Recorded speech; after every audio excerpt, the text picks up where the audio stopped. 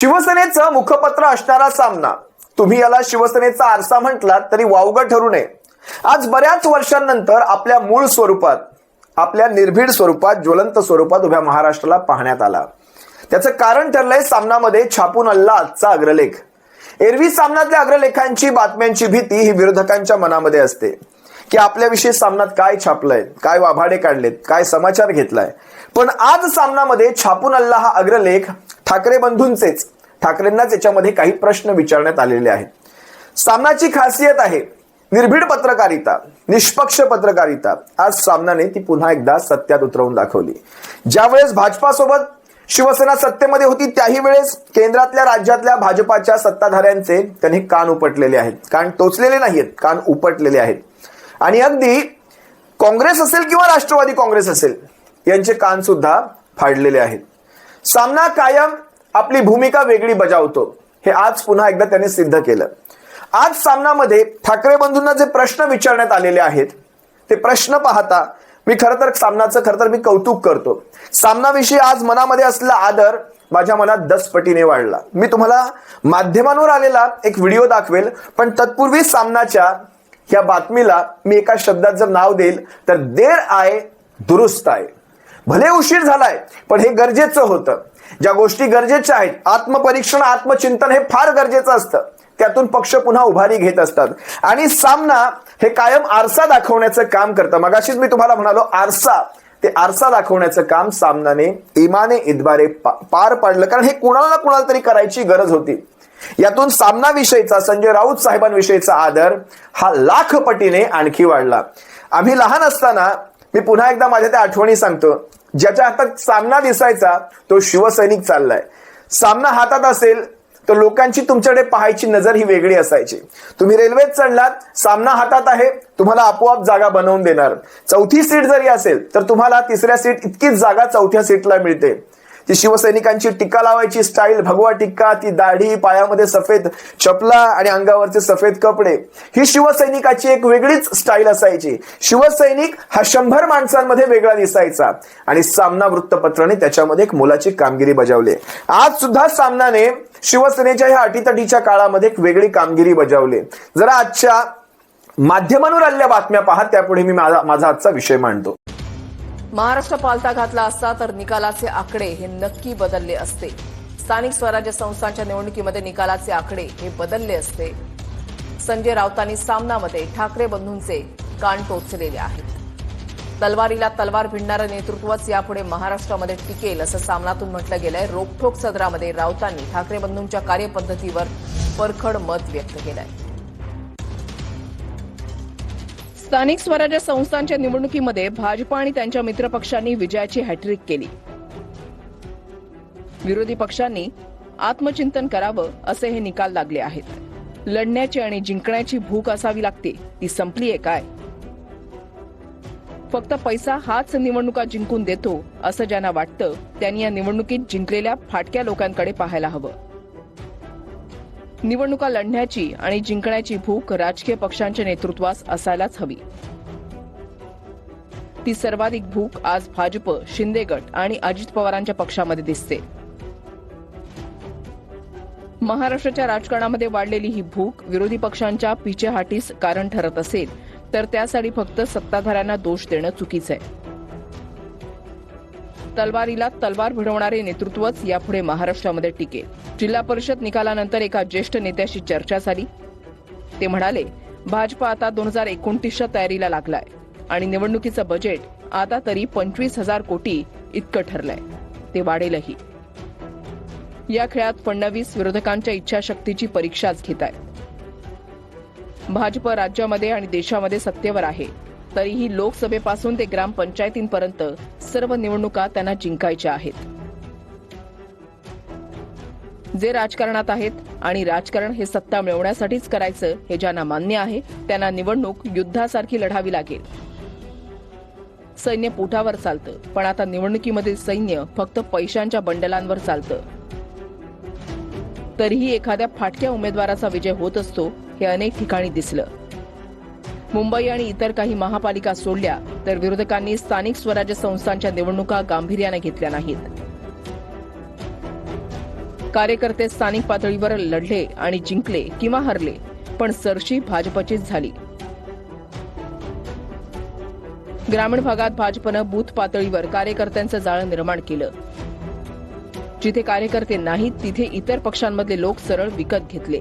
निवडणुका जिंकताना कोणतेही सोवळे भाजप पाळत नाही. फडणवीस यांच्यासह भाजपचे सर्व प्रमुख नेते ग्रामीण भागात फिरतात आणि कार्यक्रम राबवतात. निवडणुका लढणं हाच त्यांचा एक कलमी कार्यक्रम आहे. एकनाथ शिंदे यांच्यासाठी प्रत्येक निवडणूक ही अस्तित्वाची लढाई ठरते आणि त्यानुसारच ते स्ट्रॅटेजी ठरवतात. पुन्हा सोबतीला पैशांचं बळ आहेच. शिंदे गटाला जिल्हा परिषद निवडणुकीमध्ये 162 जागा मिळाल्या. रत्नागिरी, रायगडावर त्यांची सत्ता आली, तर सिंधुदुर्ग भाजपने ताब्यात घेतलं. शरद पवारांचा पक्ष विलिनीकरणाच्या गुंत्यामध्ये अडकून पडलाय. पुण्यात ते जिंकले, पण लोक त्यांच्या राजकारणाला यापुढे गांभीर्यानं घेतील काय? अजित पवारांच्या अपघाती मृत्यूनं सहानुभूतीची लाट निर्माण झाली आणि त्यांच्या पक्षानं 165 जागा जिंकल्या. हे मान्य केलं तरी महाराष्ट्राच्या राजकारणामधील खऱ्या शिवसेनेची पिछेहाट राजकीय समतोल बिघडवणारी आहे.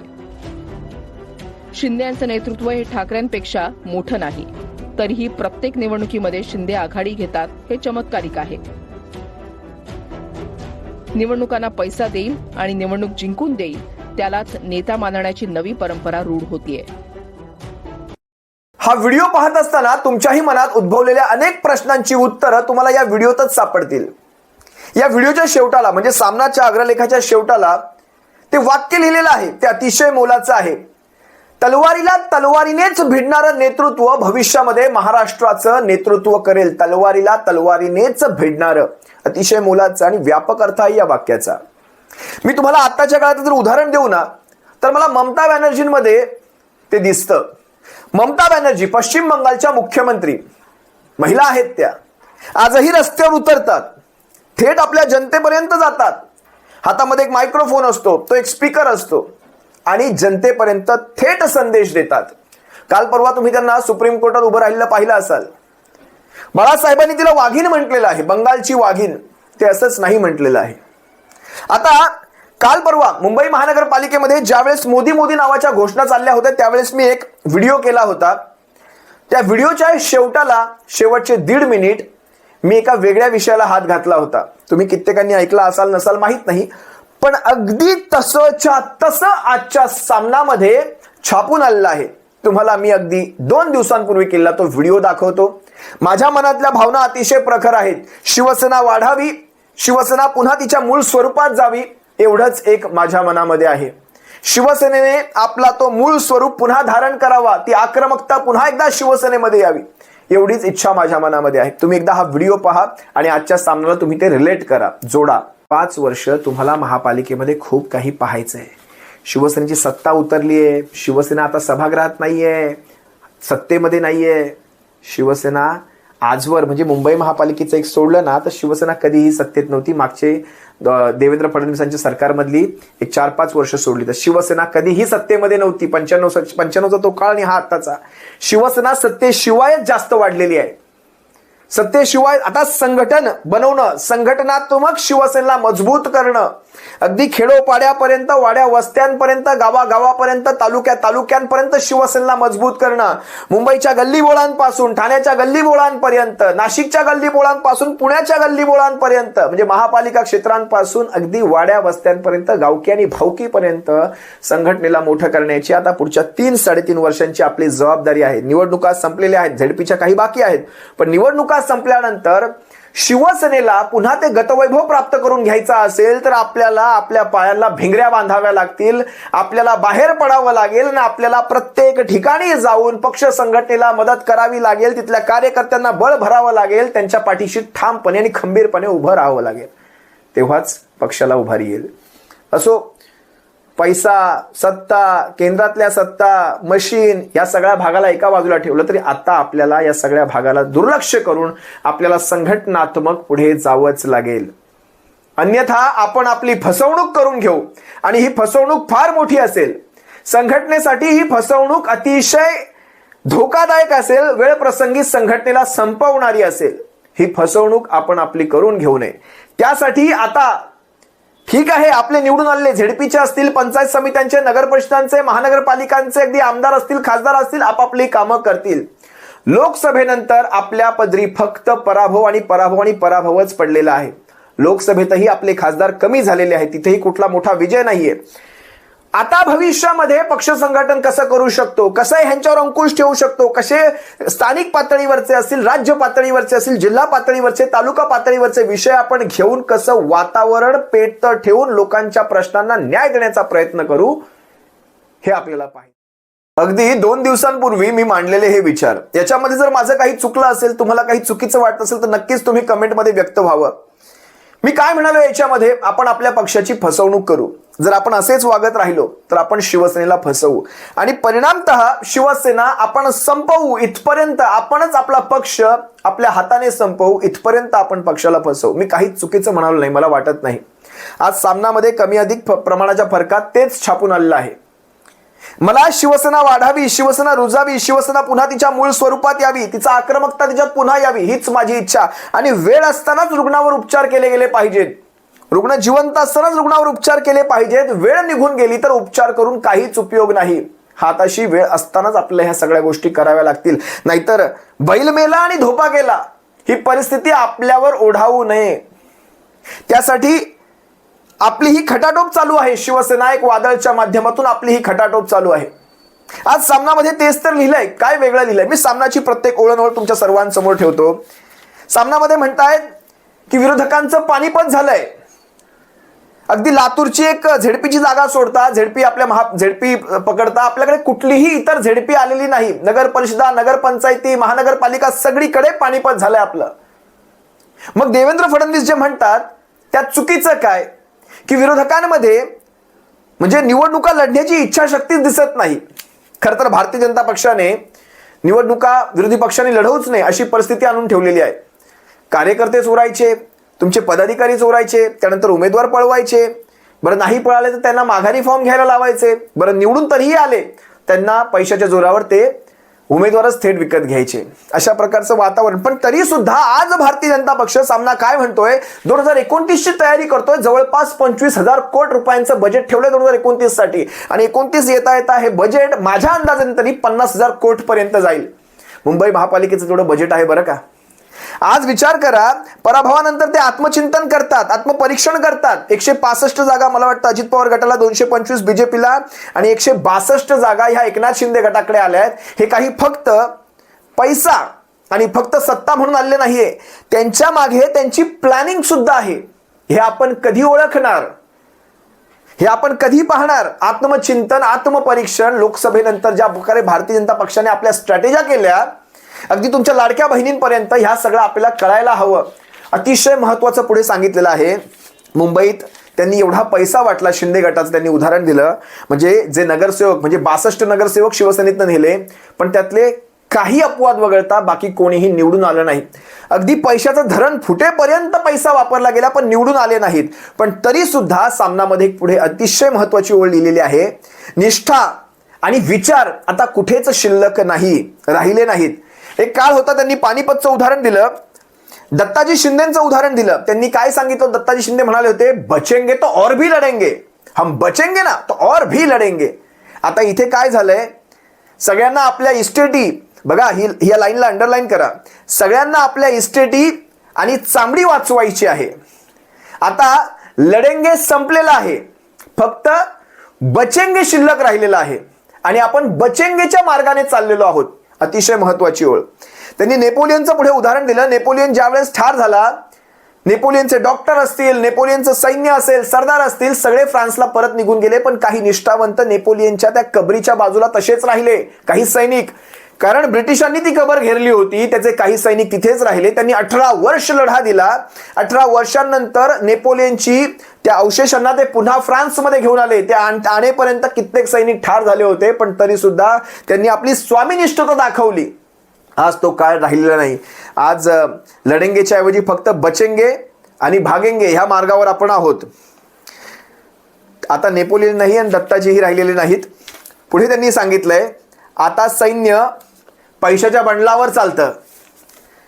पूर्वी सैन्य हे निष्ठेवर, तत्वांवर, विचारांवर चालायचं. आता सैन्य पैशाच्या बंडलावर चालतं. पण त्यातही फाटक्या उमेदवारांना विजय होताना आम्ही पाहिलेला आहे आणि हे स्वतः मी माझ्या डोळ्यांनी पाहिलेलं आहे.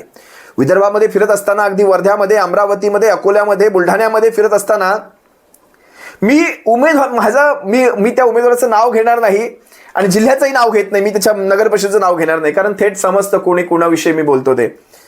मी एका उमेदवाराची चप्पल, तुटलेली चप्पल शिवलेली पाहिलेली आहे. म्हणजे चपलेचा जो पट्टा असतो तो पट्टा चांभाराकडनं शिवून घेतलेला मी पाहिलेला आहे आणि शिवलेली चप्पल लगेच कळते. आणि तो उमेदवार होता, तो नगर परिषदेचा उमेदवार होता, नगरसेवकाचा उमेदवार होता. आणि विचार करा, तुटलेली चप्पल म्हणजे शिवलेला उमेदवार काय खर्च करणार त्या निवडणुकीमध्ये, काय खर्च करणार. मी अगदी तुम्हाला एक दुसरं उदाहरण देईल. तर मी चला थेट नाव घेतो. मी दुसरं उदाहरण आहे नाशिकची इगतपुरी. इतके सर्वसामान्य उमेदवार, इतके सर्वसामान्य. आपली सत्ता होती इगतपुरी नगर परिषदेवर, पण ठीक आहे, आता राहिली नाही ती सत्ता. पण एक नगरसेवक तिथे निवडून आला, शिवसेनेचा निष्ठावंत मशालीचा मावळा निवडून आला.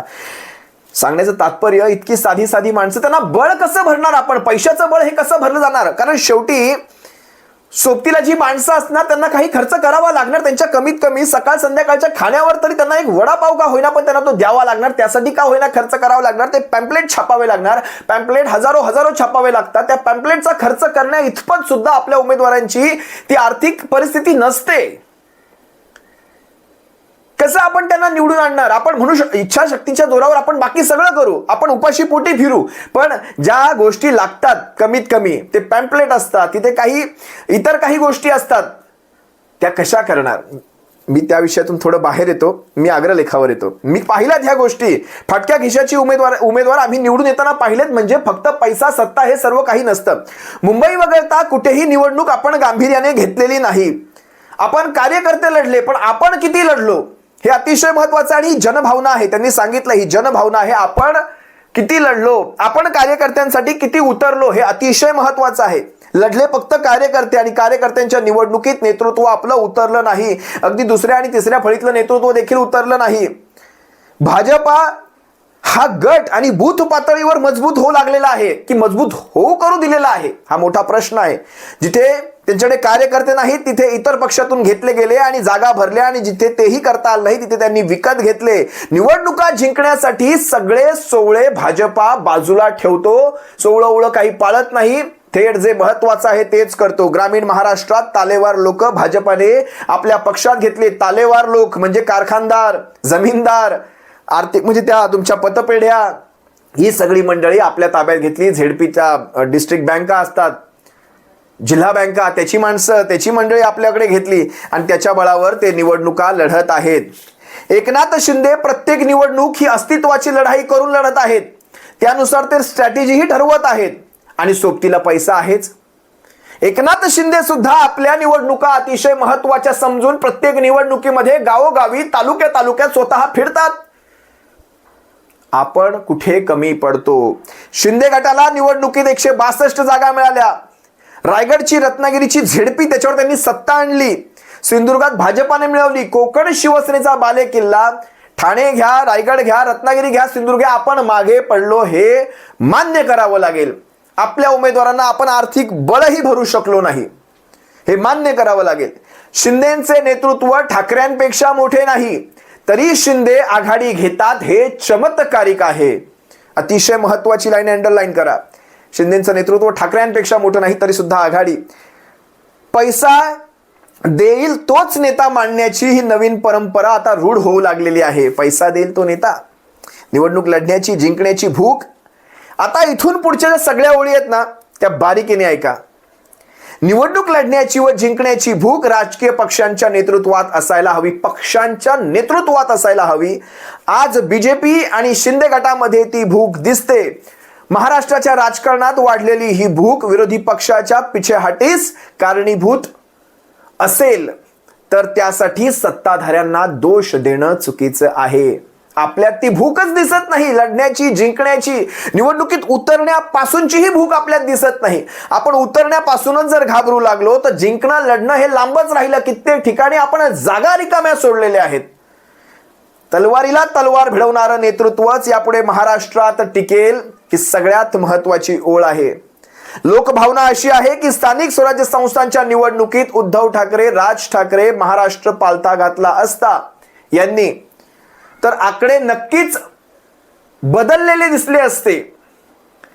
लोकभावना अशी आहे की पुन्हा ऐका की स्थानिक स्वराज्य संस्थांच्या निवडणुकीत शिवसेनेचे पक्षप्रमुख उद्धवजी ठाकरे साहेब आणि महाराष्ट्राचा एक बुलंद आवाज असलेले सन्माननीय राजसाहेब ठाकरे मनसे अध्यक्ष यांनी जर महाराष्ट्र पालथा घातला असता तर आकडे नक्कीच वेगळे दिसले असते. आत्मविश्वास हा अनेक प्रकारचा असतो. पैशाचा, सत्तेचा, बळाचा, ज्ञानाचा, मूर्खपणाचा आत्मविश्वास सर्वोच्च परी आणि सर्वोच्च असतो हे आता दिसून येत आहे. महाराष्ट्रात अशा आत्मविश्वासाचे पीक आलेले आहे. जनतेला मूर्ख बनवले जात आहे आणि मूर्ख बनण्यास जनता तयार आहे. पुन्हा एकदा ती ओळ मी पुन्हा रिपीट करतो, मूर्ख बनण्यास जनता तयार आहे. कारण आपल्याला दिसतंय, आपल्या डोळ्यांसमोर गोष्टी घडताना दिसत आहेत, पण आपल्याला त्या पाहायच्या नसतात. आत्मविश्वास अनेक प्रकारचा असतो, पैशाचा, सत्तेचा, बळाचा आणि ज्ञानाचा पण मूर्खपणाचा आत्मविश्वास सर्वोपरी म्हणजे सर्वोच्च असतो. आपण बऱ्याच गोष्टीत मूर्खपणा करतोय. या गोष्टी वेळीच सुधारल्या पाहिजेत, अन्यथा काही खरं नाही. उमेदवारांकडे पैसे नाही, चपला घासलेले उमेदवार. मला कधी कधी असं वाटतं आपण उगाच मुंबई महानगरपालिकेमध्ये त्या एफडी करत बसलो. आज आपले कार्यकर्तेच मजबूत राहिले नाहीत, आज आपण उगाच एफडी करत बसलो. विचार करा, आज त्या एफडी या भारतीय जनता पक्षाच्या आणि शिंदे गटाच्या कार्यकर्त्यांना मजबूत करण्यासाठी हे वापरतायत. माफ करा, माझे विचार कधी कधी विद्रोही असतात, कधी कधी फार विखारी असतात. आपल्या एफडीवर आज ह्यांचे कार्यकर्ते मोठे होत आहेत डल्ले मारून. आज ह्या एफडी कशासाठी वापरल्यात? 20-20 हजार कोटींनी एफडी उतरवल्या. आज आपली ही परिस्थिती आली. आज आपण आपले कार्यकर्तेही सक्षम करू शकलो नाही. काय म्हणावं, म्हणजे तुम्हाला समजत असेल मला काय सांगायचं. आपण उगाच त्या एफडी करत बसलो. आपला एक तरी म्हणजे आपला सोडून द्या, आपले सारेच फाटक्या खिशाचे, समोरच्याचा म्हणजे भाजपाचा घ्या, शिंदे गटाचा घ्या, एक तरी तुम्हाला गरीब कार्यकर्ता दिसतो का? असा गरीबासारखा आलाय आणि गरीबासारखा बसलाय. आपले सारेच्या सारे निष्ठावंत गरीब सारे येतात मुंबई महापालिकेच्या निवडणुकीसाठी. तुम्ही पहा, छत्रपती शिवाजी पार्कामध्ये सारे उतरले. पण आपण ग्रामीण महाराष्ट्रासाठी किती उतरलो? मुंबईसाठी महाराष्ट्र उतरला, पण महाराष्ट्रासाठी मुंबई किती बाहेर पडली? हा एक मोठा प्रश्न आहे. नेते असतील, उपनेते असतील, प्रवक्ते असतील, प्रचारक असतील, आपण किती फिरलो? आपण आता काय बोलावं ह्या सगळ्या परिस्थितीवर? आंदोलनं कुठे राहिली? आता काल परवाचं उदाहरण घ्या, त्या नार्वेकरांचं. आपण किती आंदोलनं केली त्याच्या विषयावर घेऊन, किंवा तो विषय किती चालवला. फक्त व्हिडिओ करून ह्या सगळ्या गोष्टी घडत नाहीत. महाराष्ट्राचा विधानसभेचा अध्यक्ष एवढ्या मोठ्या केसमध्ये सापडतो, नंतर त्या शेतकऱ्याचा व्हिडिओ येतो आणि तो सांगतो की ह्याच्यात त्यांचा काही संबंध. म्हणजे विचार करा, त्या शेतकऱ्यावर किती ते प्रेशर असेल, तो दबाव असेल. काही नाही, काही होऊ शकत नाही. जर असंच राहिलं तर आपण आपल्या पक्षाला संपवू, आपणच आपल्या पक्षाला फसवू, एवढंच मला वाटतं. शिवसेनेला बघा, आजही आमच्यासारखे लाखो करोडो शिवसैनिक, लाखोंचे नव्हे करोडोंच्या संख्येने शिवसेनेच्या पाठीशी ठाम आहेत. आजही असतील, भविष्यातही असेल. आमचा शेवट हा शिवसेनेमध्ये आहे, आमचा शेवटचा श्वास हा शिवसेनेमध्ये आहे. पण त्यासाठी आमचा शेवट हा असा नाही व्हावा, एखाद्याने यावं, एखाद दिवशी तलवार घेऊन यावी आणि आमची मुंडकी उडवावी. शेवटी हेच होणार आहे, घडणार हेच आहे. आज पक्षाची एवढी विखारी बाजू मांडत असताना आज आम्ही दुश्मनी पत्करली, आज आम्ही दुश्मन अंगावर घेतो. आणि अशा काळामध्ये, ज्या काळामध्ये आपलंच कोणी राहिलेलं नाही, अशा काळामध्ये आम्ही दुश्मनी पत्करतो. तिथे कमीत कमी ह्या गोष्टी तरी, आज आपण पक्षाला फसवू शकत नाही, या गोष्टी कमीत कमी झाल्या पाहिजेत, घडल्या गेल्या पाहिजेत. तर कुठे जाऊन भविष्यामध्ये होऊ घातलेल्या 3-3.5 वर्षानंतर आपण पुन्हा महाराष्ट्रासमोर येणार आहोत. तोपर्यंत आपण महाराष्ट्राला कुठल्या बाबतीत आश्वस्त करणार आहोत, त्या गोष्टींचा एक तो रोडमॅप तयार झाला पाहिजे. ह्या जनतेच्या प्रश्नांवर, एवढ्या प्रश्नांवर आम्ही उभे राहणार आहोत, हे तयार असलं पाहिजे. त्यासाठी आपण आत्तापासून आक्रमकपणे रस्त्यावर दिसलं गेलं पाहिजे. अन्यथा तेच पुन्हा कठीण आहे. तलवारीला तलवारीने भिडणारं नेतृत्वच भविष्यात महाराष्ट्रात टिकेल, हे सामनाचं ते वाक्य का कुणास ठाऊक, पण तुम्हाला माझ्या तोंडून तरी वारंवार ऐकायला मिळेल शिवसैनिकांना. सप्रेम जय महाराष्ट्र. काळजी घ्या.